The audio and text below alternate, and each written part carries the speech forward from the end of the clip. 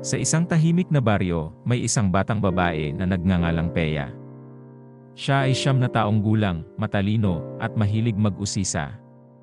Isa sa mga hilig ni Peya ay ang pagmamasid sa mga nangyayari sa kanilang paligid.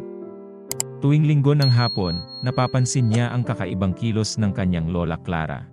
Palaging maaga itong nag-aayos, nagdadala ng basket na puno ng kung ano-ano, at lumalabas ng bahay nang hindi sinasabi kung saan pupunta. Sa likas na kuryosidad, napagdesisyonan ni Peya na alamin ang lihim ng kanyang lola. Bakit kaya laging may lakad si lola tuwing linggo? At bakit hindi niya sinasabi kung saan siya pupunta? Tanong ni Peya sa kanyang sarili. Isang linggo ng hapon, habang abala ang lahat sa siesta, tinutukan ni Peya ang bawat galaw ng kanyang lola. Nakita niyang muli itong nagdala ng basket at naglakad papunta sa direksyon ng kakahuyan sa likod ng kanilang bahay. Ito na ang pagkakataon ko, bulong ni Peya habang dahan-dahan siyang sumunod sa lola.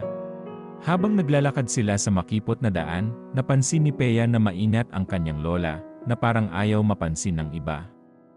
Sa bawat hakbang, lalong tumitindi ang pananabik ni Peya na malaman ang ginagawa ni Lola Clara. Makalipas ang ilang minuto, narating nila ang isang maliit na kubo sa gitna ng kakahuyan. Tahimik na sumilip si Peya mula sa likod ng isang punong kahoy. Sa loob ng kubo, nakita niyang may matandang lalaki na nakaupo sa isang bangko. Payat ito at mukhang mahina.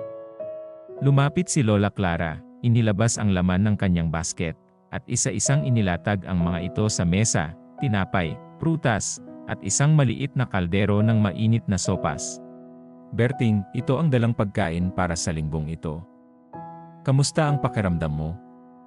Tanong ni Lola Clara na may malambing na tinig. Maraming salamat, Clara. Kung hindi dahil sa iyo, hindi ko alam kung paano ako makakakain, sagot ng matanda habang nanginginig ang boses sa pasasalamat. Natulala si Peya sa kanyang nakita. Hindi niya inaasahan na ang lihim ng kanyang lola ay isang simpleng kilos ng kabutihan. Tahimik na umuwi si Peya at nauna sa kanyang lola. Pagdating ni Lola Clara sa bahay, nagtanong si Peya, "Lola, bakit po kayo laging umaalis tuwing linggo?" Ngumiti si Lola Clara at sinabing, "May kaibigan akong nangangailangan ng tulong." Hindi lahat ng kabutihan kailangang ipagsabi, Apo. Ngunit hindi mapigilan ni Peya ang magtanong, bakit po hindi niyo sinabi sa amin? Hindi na mahalaga kung alam ng iba. Ang mahalaga ay nakakatulong tayo sa mga nangangailangan, sagot ni Lola Clara habang hinaplos ang ulo ng apo. Mula noon, naging mas malapit si Peya sa kanyang lola. Tuwing linggo, nagboluntaryo siyang sumama kay Lola Clara sa kubo.